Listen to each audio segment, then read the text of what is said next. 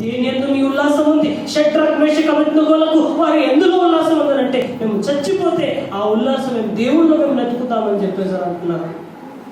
అందులో ఉంది వారికి ఉల్లాసం. అలాగే ఏ భక్తుడిని చూడండి, భక్తుడిని తవ్వి చూసిన వారికి ఎందులో ఉల్లాసం ఉందనంటే వారి పనితనంలో చూపిస్తుంటారు, దేవుని పైన ఉన్న శ్రద్ధ చూపిస్తుంటారు. అందులో ఉంది.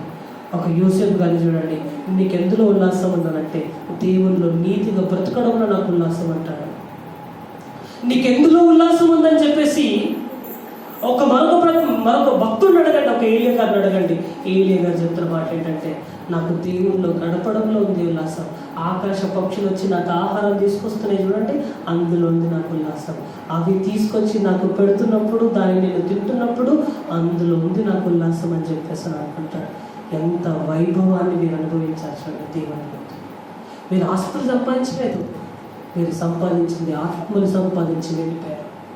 జనాలను కాపాడుకున్నారు, తమ పదవులను కాపాడుకోలేదు, అలాగే ఆస్తులను కాపాడుకోలేదు, దేనిని కూడా పెట్టుకోలేదు.